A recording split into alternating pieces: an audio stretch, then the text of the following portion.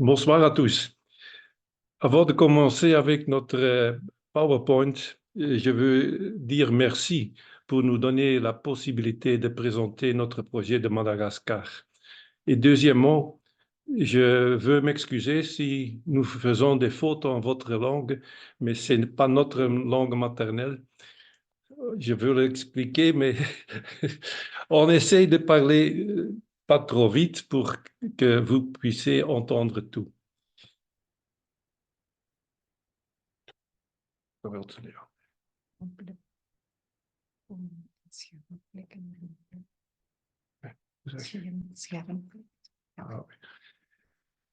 Dans ces 8 étapes, nous essayons de vous donner l'essentiel de notre projet.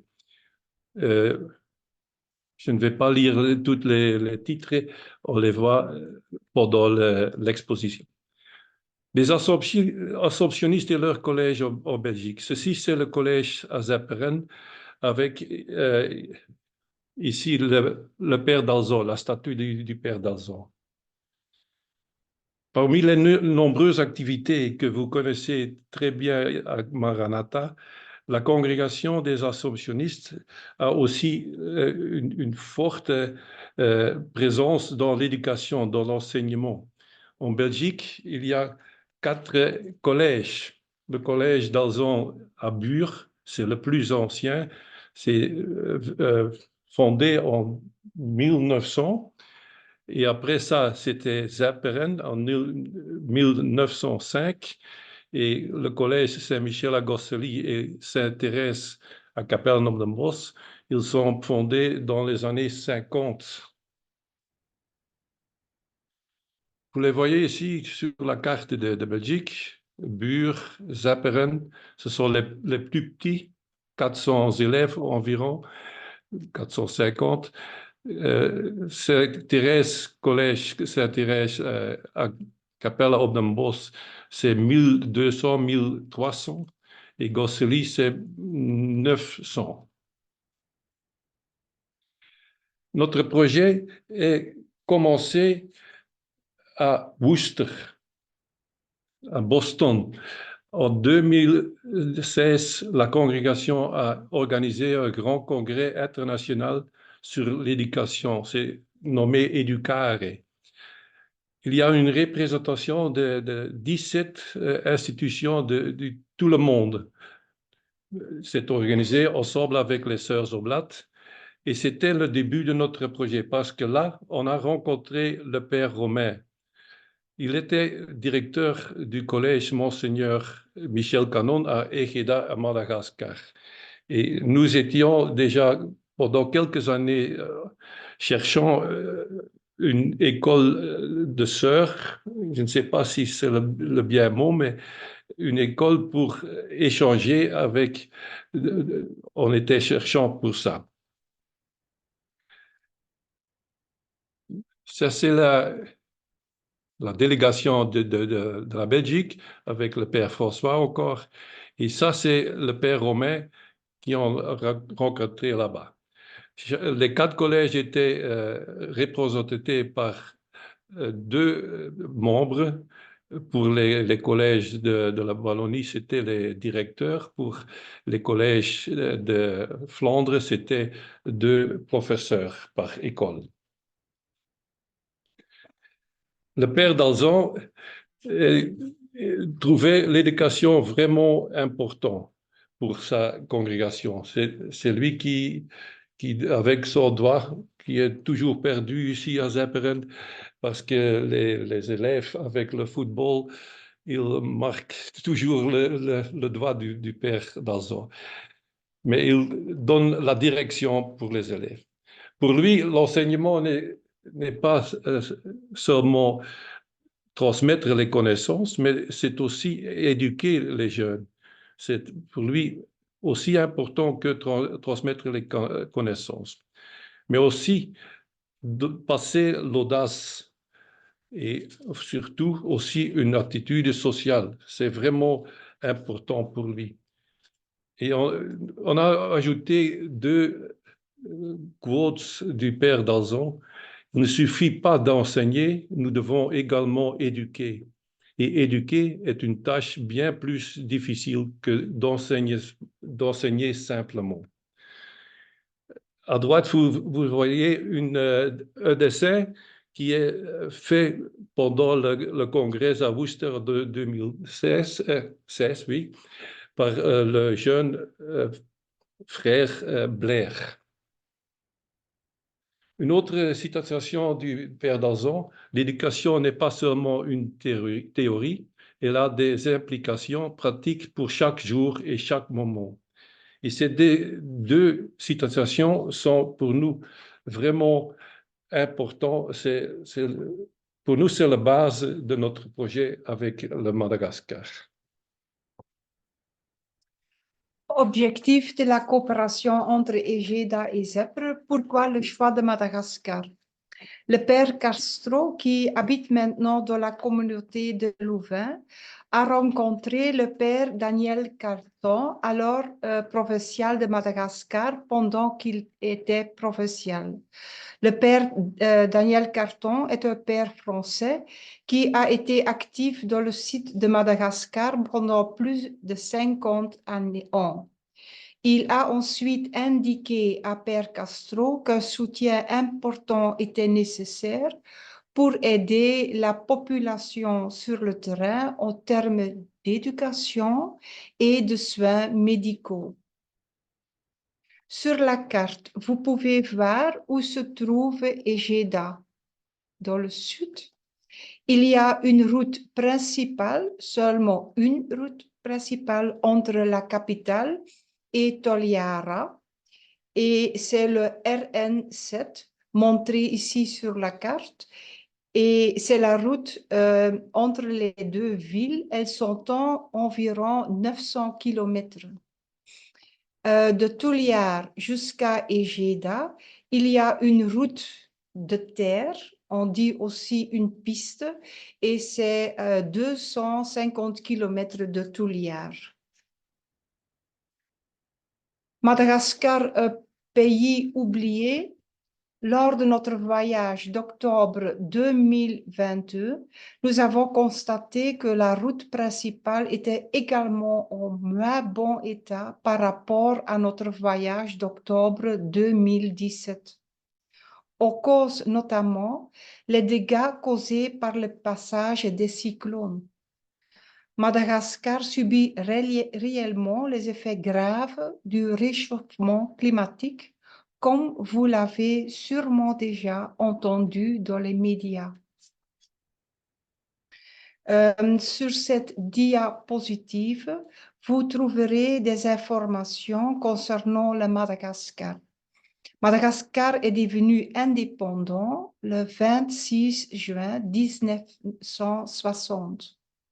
Son climat est tropical et la plupart des cyclones traversent le pays au cours des mois de janvier et de février.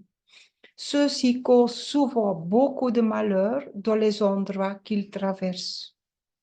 Le Madagascar est l'un des pays les plus pauvres du monde, mais il est connu aussi pour sa production de riz de très haute qualité, sa production de vanille, ainsi que pour ses zébus. Environ 36 à 45% de la population est catholique. Les chiffres varient considérablement selon les sources consultées. La photo de gauche montre le collège Monseigneur Michel Canon à Egeda, inauguré en avril 2013. Durant l'année scolaire 2022-2023, l'école comptait 374 élèves, la moitié de garçons et l'autre moitié environ de filles. La photo de droite montre le père Valère, qui habite encore à ZEPRE, comme vous avez vu. Et aussi, Madame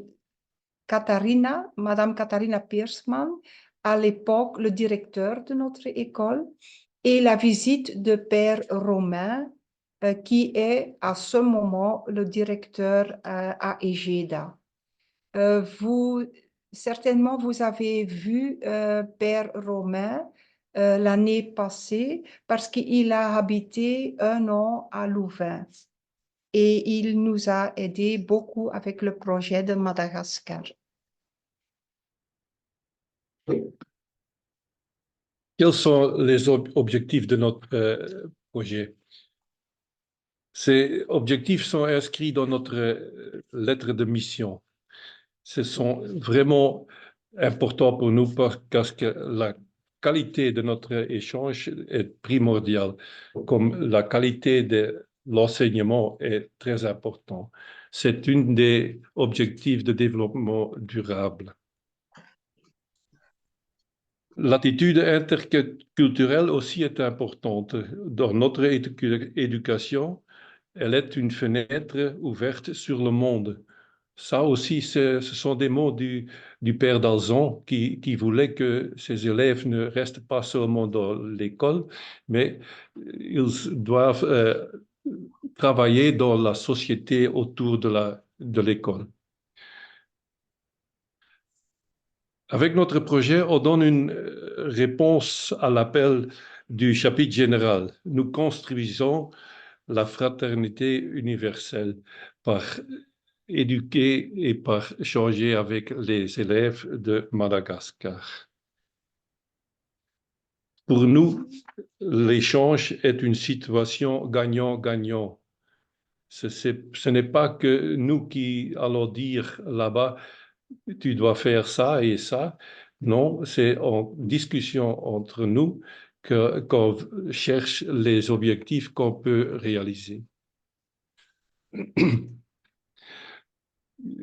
Ici, vous voyez très bien les profs de Madagascar et un de nos volontaires, et ici Karine, une de nos profs.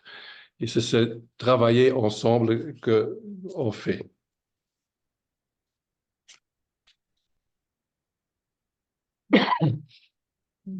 J'avais encore nog iets anders teruggaan voor die vorige foto. Savanina, wat zeg je? Nog één terug. Zet je die praat bij? Die moet nog komen. Hè? Wat denk ik toch? Objectief 4 is... Ja, maar die komt zo. Oui. Que recevons-nous en retour? L'enrichissement par la participation à un projet, par la recherche et les applications pratiques, un aperçu de la manière dont des collègues disposant de moins de ressources dispensent un enseignement dans des circonstances difficiles, l'expérience de la même convivialité que dans les autres écoles de l'Assomption en Belgique, se sentir chez soi sur un autre continent.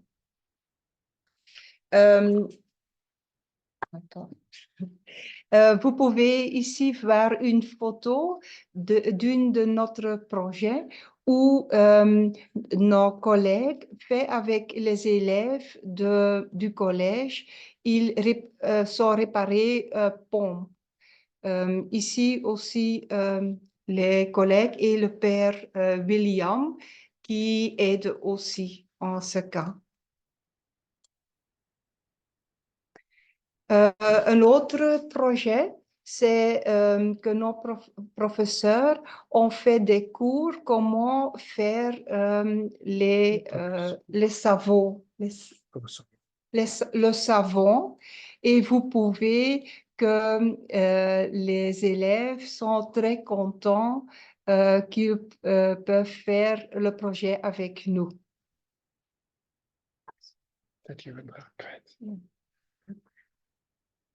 Ok, un autre projet, c'est au cadre de sélecter les déchets. Les pères ont demandé que nous voudrons aider pour que les élèves du collège apprennent que leur nature est très importante. Et à 500 kilomètres, à 500 mètres au dehors du collège, nous avons une petite excursion et ils ont noté quelques déchets qu'ils ont trouvés. Et après, ils ont le compte et nous avons détecté qu'il y a beaucoup de plastique dans la nature. Ici, vous pouvez voir que notre groupe est dans le réfectoire du père à Ejeda et ici avec les professeurs et vous voyez la convivialité entre eux et nous. Que recevons-nous en retour? Accueillir de la perspicacité dans la sélection des ressources pédagogiques appropriées en consultation avec des collègues du Sud, faire l'expérience de l'amitié et de l'hospitalité de la part de la population locale, apprendre et apprécier la culture, le paysage et la nature de Madagascar. Après, pendant la deuxième voyage, nous avons, à la fin de notre semaine là-bas, nous avons organisé une réunion avec tous les professeurs pour réfléchir, mais aussi pour lui demander qu'est-ce qu'on peut faire meilleur dans la future, dans la troisième voyage, quand nous irons là-bas le 2025. Ici aussi l'amitié entre notre professeur et les élèves, et ça c'est Wout avec les élèves en brousse. C'est important que vous savez que nous faisons la route avec une petite bus de la capitale jusqu'à Tuliar. Et quand on va au sud, il y a des paysages et des belles rizières. Et là-bas, il y a moins moins de pauvreté, mais quand on va au sud où il est très sèche, on voit qu'il y a beaucoup de pauvreté. En chemin, on voit règlement de zébus. Il va à la capitale où on peut le vendre. Oui.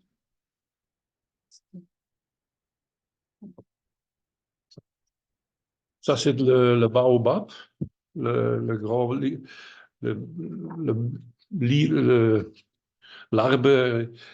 qui est... Hoe zeggen ze het niet meer? Baobab? Ja, maar die eigen is voor Madagascar. Typiquement pour le Madagascar. Ça, c'est le moyen de transport pour les enfants. Ils vont chercher de l'eau. Excusez, ça c'est trop. Danser, c'est une sport national à Madagascar. Ils ont amené nos élèves avec eux pour danser aussi. Une autre chose que nous recevons en retour, c'est l'expérience d'une communauté religieuse tant en Belgique qu'à Madagascar. Pourquoi on dit tant en Belgique qu'au Madagascar? Une de nos activités préparatoires pour le voyage d'immersion, c'est que nous avons aussi des week-ends d'immersion. Un des week-ends d'immersion, c'est à la communauté de Maranatha dans quelques semaines. Pour nos jeunes, c'est important pour voir qu'est-ce que c'est une communauté de pères, comment est-ce qu'on vit là-bas, etc. À Madagascar, il habite, il reste chez des sœurs oblates, je pense, et avec les pères dans la communauté. Donc, il voit qu'est-ce que c'est une communauté de pères de l'Assomption. Et surtout, d'amitié durable entre les élèves, professeurs et volontaires. C'est magnifique de voir sur WhatsApp et tous les autres moyens sociaux comment les élèves parlent encore toujours avec leurs profs qui ont accompagné, les accompagner dans leur voyage. Ici, vous voyez, c'est de 2022, je pense, notre groupe à la communauté de Maranatha. Ici, la visite avec le père Guy à la Madeleine. Oui, c'est trop vite. Et ici, c'est le dîner, je pense.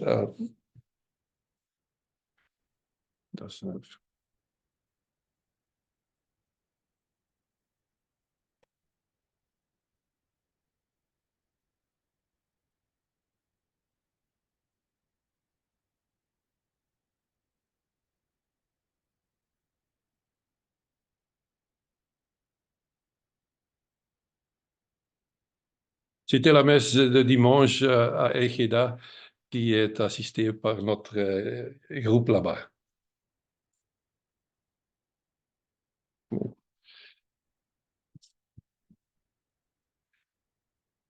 Le projet est commencé en 2016 à Booster.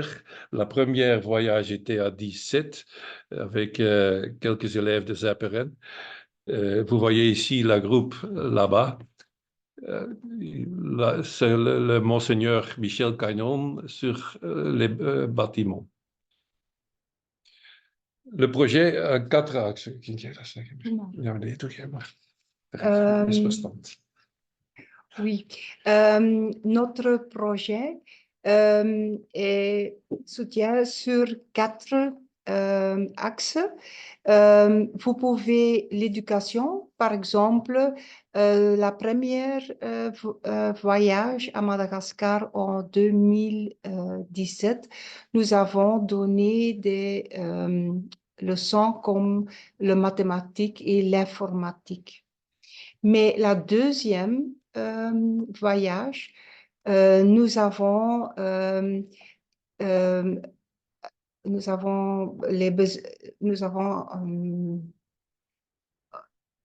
travaillé au cadre projet des besoins fondation. Par exemple, réparer les pompes. Un autre axe, c'est la santé et hygiène. C'est produire le savon. Et ici, que j'ai déjà raconté, c'est important que nous parlons à nos élèves, mais aussi là-bas, de protéger l'environnement.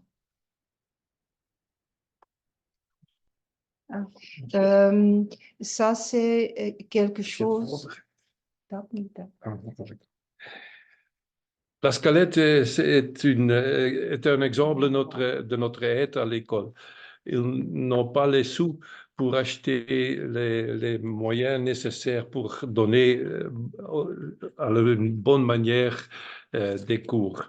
Donc, on aide sur le plan pédagogique. Et pour trouver les moyens, on a demandé aux provinces du Limbourg ici, est-ce qu'il est possible que vous nous subventionnez? Et ils ont dit oui. Chaque année, on peut avoir quelques sous ici. Pour la première année, c'était pour acheter des computers, des tablettes et autres matériels ICT. Des panneaux solaires et l'éclairage pour le collège. C'était pour une somme de 8 000 €. Cette année, on a demandé de nous subventionner pour faire un grand réservoir d'eau. Il pluie très peu là-bas et c'est vraiment important de pouvoir rassembler l'eau. Donc, on va construire, on est en train de construire un grand bassin, un grand réservoir d'eau. Si vous voyez deux phases, c'est la deuxième phase ici qu'on est en train. Ça, c'est un projet avec le soutien de 20 000 euros et on a reçu du province 11 400 euros. Avec la Fondation Roi Baudouin, là aussi, on cherche de sponsoren des projets, mais ça, c'est surtout les écoles de brousse. On a déjà construit, ça c'est une école de brousse avant le soutien de notre organisation, et ça c'est après. On a déjà achevé une école et on est en train de préparer, l'argent est là, mais le père Daniel n'a pas encore trouvé tous les moyens là-bas pour construire une deuxième école. Et dans le premier voyage d'immersion était seulement nous, l'école qui était là. Mais la deuxième, on a trouvé les volontaires de Bouworde. C'est une organisation flamande qui va, avec les jeunes, construire des choses dans les pays de développement. Et eux, ils nous apportent des compétences complémentaires. Ce sont des techniciens, ce sont des infirmiers. Et ça, c'est important pour nous. Vous les voyez ici. Une des projets de Jacques Pels, c'est les grands réservoirs d'eau. Ils coûtent 400 euros, mais ils sont vraiment importants pour les enfants là-bas. Ils n'ont que d'eau pas propre. Et avec les filtres comme celle-ci, on peut le faire propre pour les boire dans une bonne santé. Non, les voyages d'immersion, en 2017, 7 élèves et 3 profs de Zepperen. En 2018, 5 élèves et 2 professeurs de Bure. Normalement, les groupes allaient ensemble, mais en 2017, il y a la peste là-bas.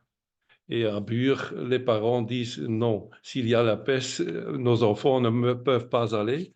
Ici à Zepperen, on a dit toutes les choses sont bien préparées, la sécurité des enfants sur le plan de la santé est réglée, donc pas de problème. Ils ont dit va-t'en. En 2022, 5 élèves et 3 profs de Zepperen avec les 5 volontaires de Bouworde. Et en 2025, il y a 9 élèves qui alleront, 3 profs et 2 membres du pouvoir organisateur de Zepperen. Mais ce qui est vraiment important quand les élèves disent qu'ils veulent assister à ce voyage, c'est un engagement de 2 ans qu'ils prennent. C'est pas seulement le voyage, non, c'est tout le parcours de préparation, mais aussi après le retour des Gida, de Madagascar, ils doivent aider à raconter ce qu'ils ont vu là-bas chez les autres élèves. Ce sont les élèves de Bure, à Toleare, et les 2 groupes de Zepperen à 17 et 22. Qu'est-ce qu'on fait là-bas? Oui. Sur cette diapositive, vous verrez une comparaison entre notre premier voyage d'immersion et notre deuxième voyage d'immersion. Vous pouvez constater que nous sommes restés plus longtemps sur place la deuxième voyage mais que nous avons également travaillé ensemble d'une manière différente et plus efficace au sein du collège. En 2017, nous avons donné des cours. En 2022, nous avons fait des projets. Dans les images suivantes, on vous explique quelques exemples.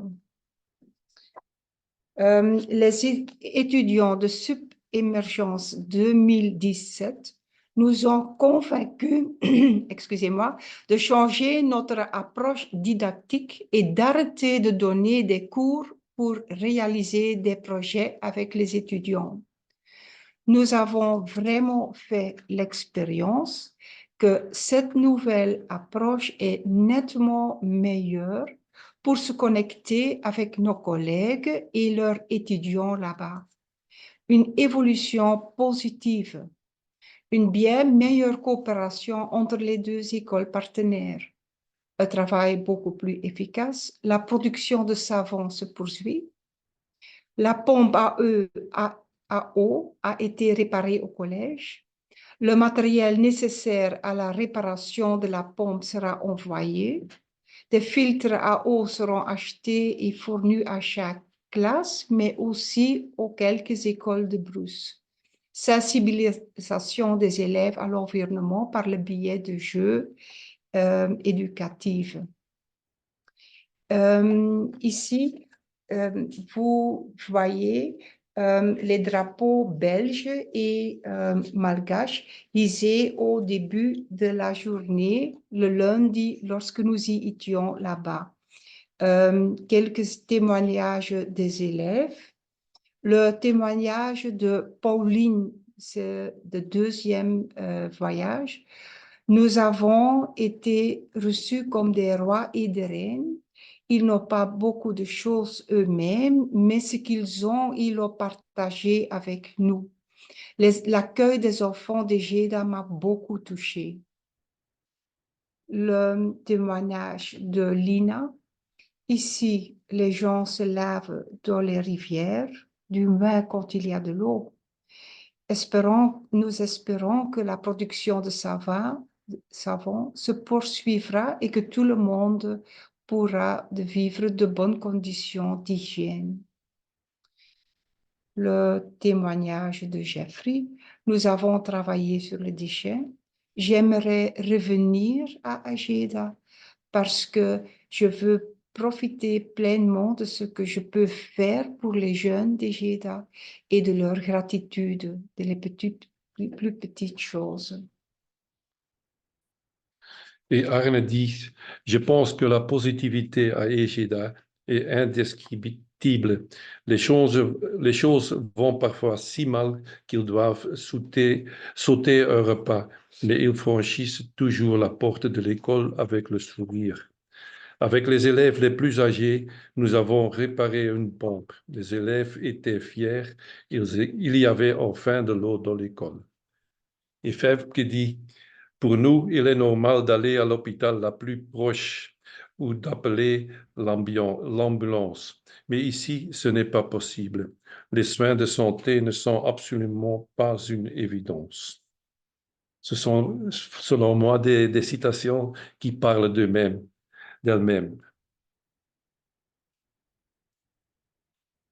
Maintenant, on est en train de préparer le voyage d'immersion de 2025.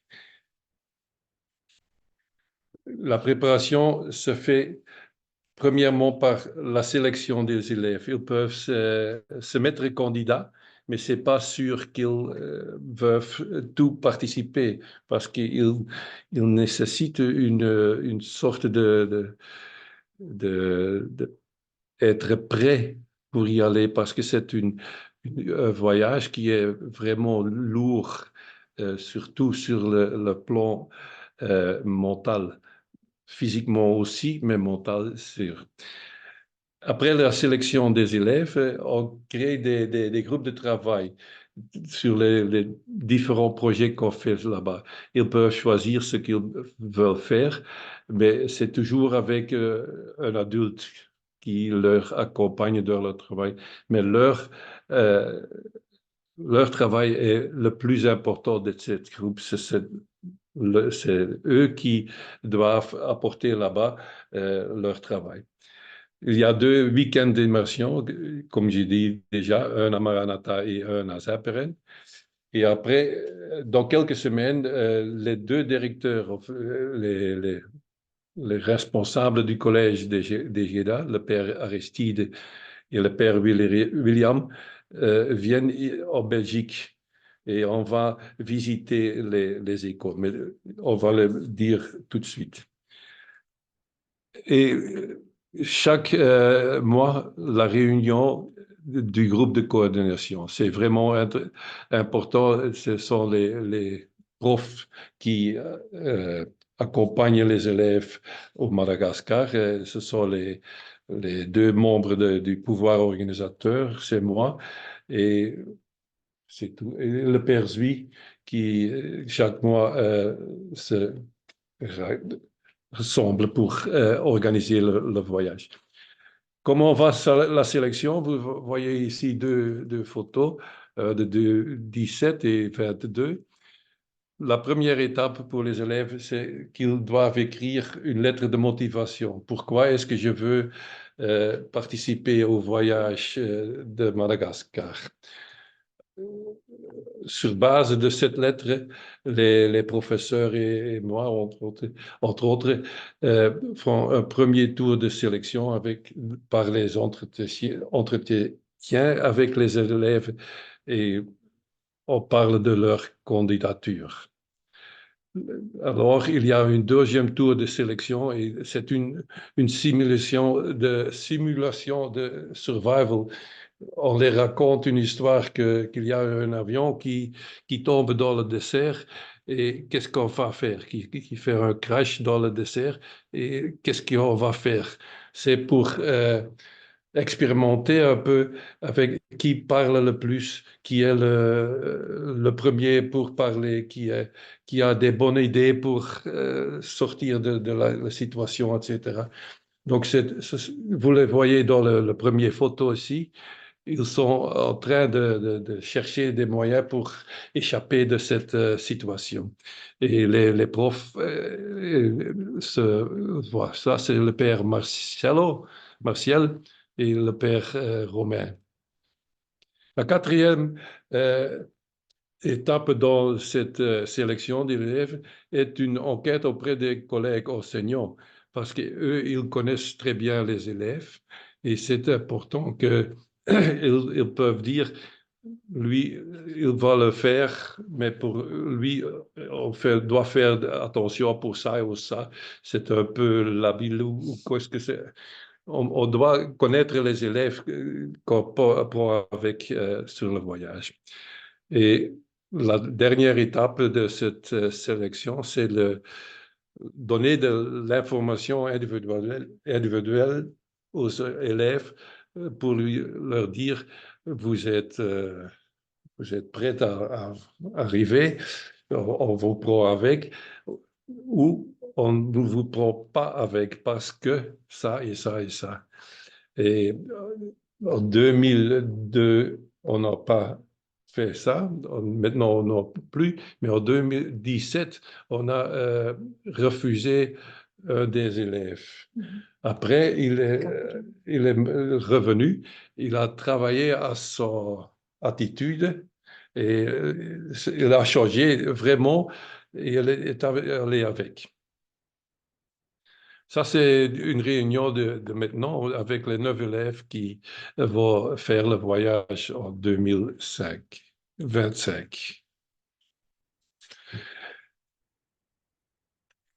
Quels sont les projets pour notre futur voyage?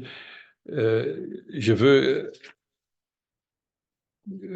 encore une fois souligner que c'est vraiment important que nous faisons tout en concertation avec les pairs et les personnes du collège. Ce sont eux qui connaissent la situation là-bas le mieux. C'est eux qui connaissent les besoins du collège. Quelques idées pour faire, on trouve très important là-bas, c'est création d'une classe de sciences et de technologie. On ne connaissait pas ça.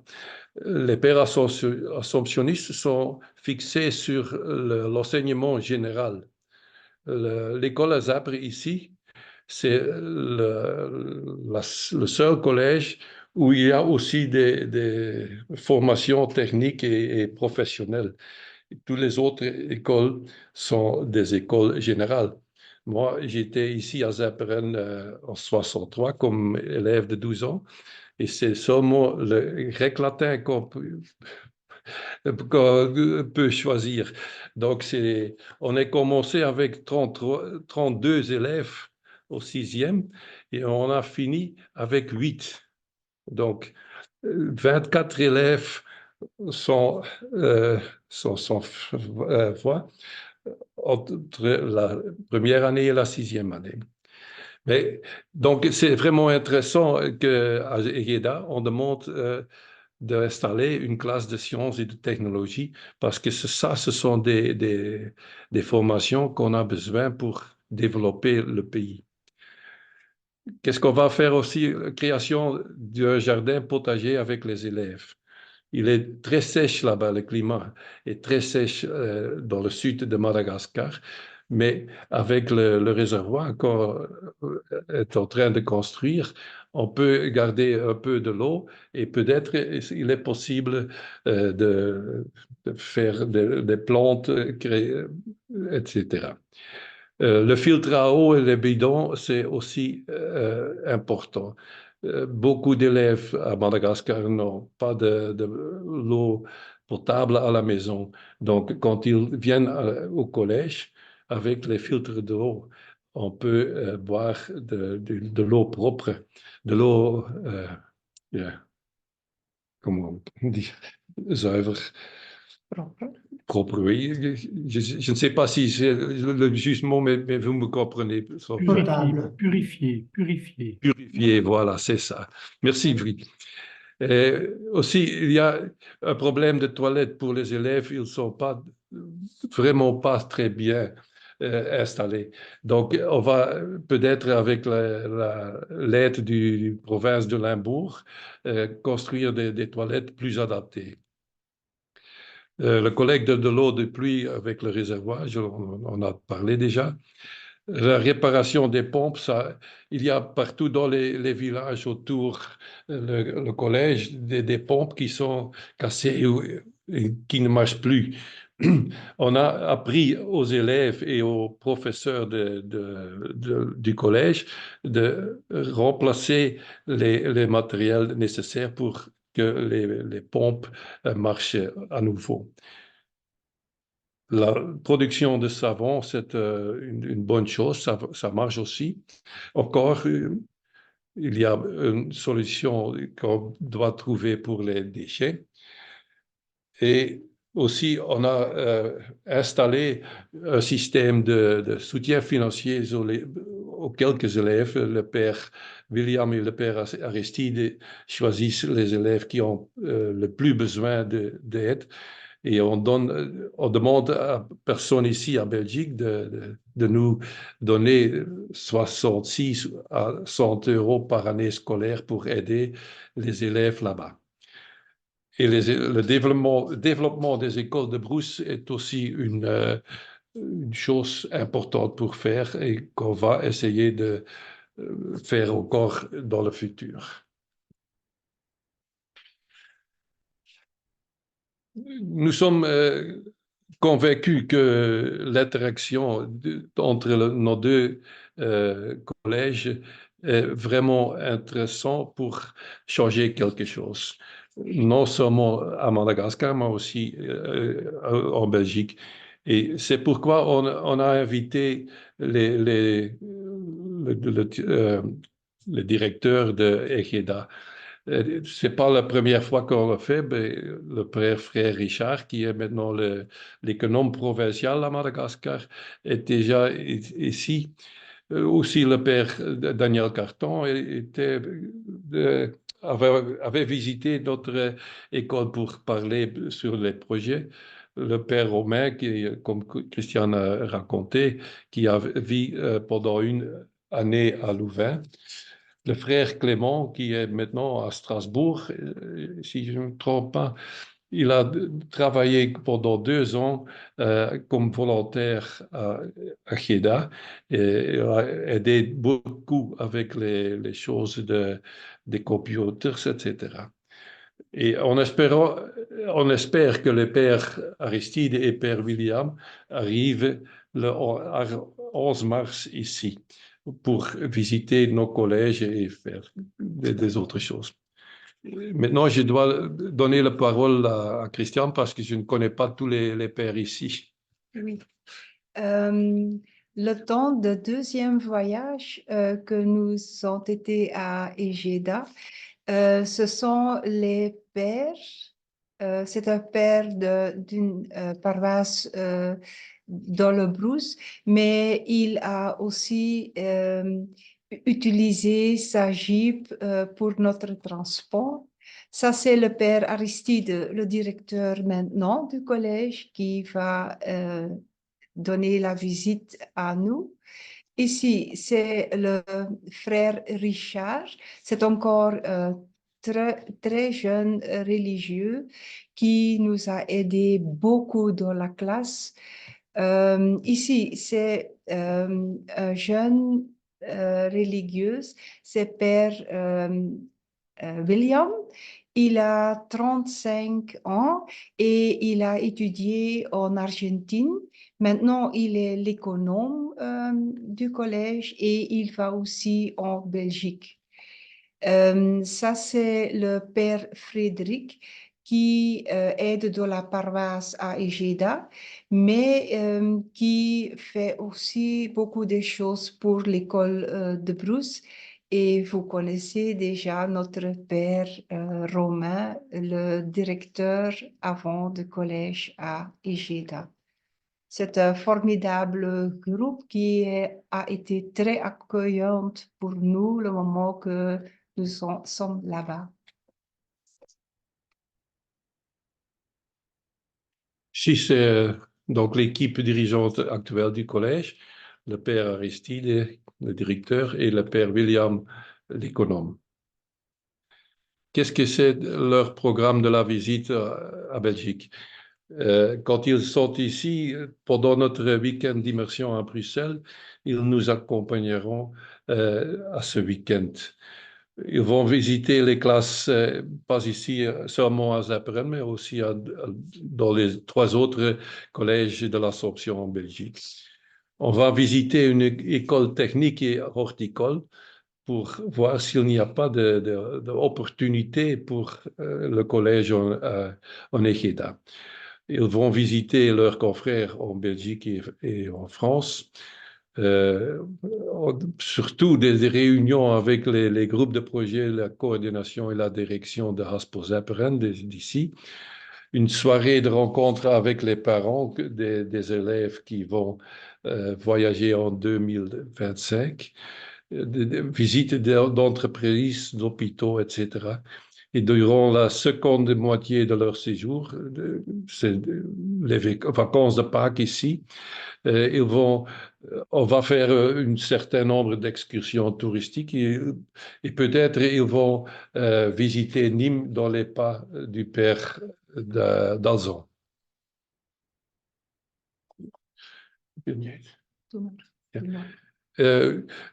Pour conclure, le projet Madagascar, ou Mada, comme on dit ici, renforce l'esprit de l'Assomption chez nous, jeunes, et nos collègues en Belgique et à Ejeda. C'est vraiment une bonne chose. Les jeunes et les collègues font l'expérience de l'esprit de famille pendant les week-ends d'immersion, pendant les séjours dans les différents monastères de Madagascar, mais aussi après lorsqu'ils réalisent le projet dans leur milieu de vie. Ici, je veux raconter une petite anecdote personnelle. En 2002, j'étais ici le directeur de Zepperen. Et le père général à ce temps-là était le père Richard Lamuro. Il nous a convoqués, je dis toujours, à Rome pendant la semaine de vacances de carnaval. Et pour parler. Il a convoqué tous les directeurs des collèges belges.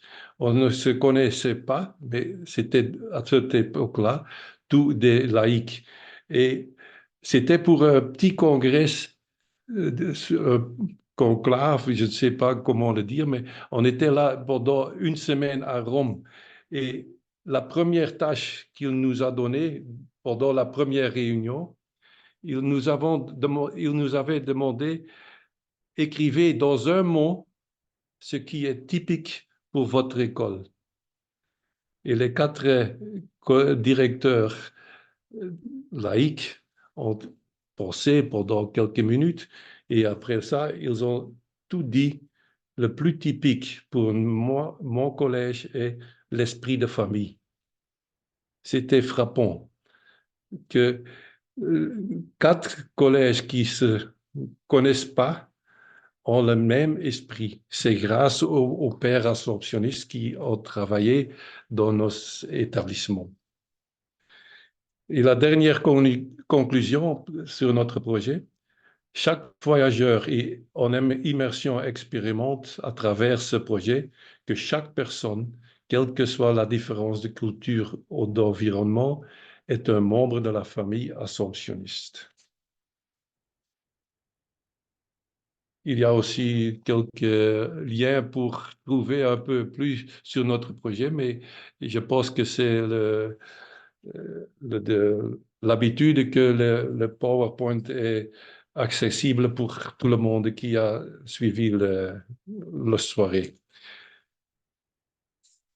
En malgache, misa outra, en français merci, et en néerlandais, dank u wel.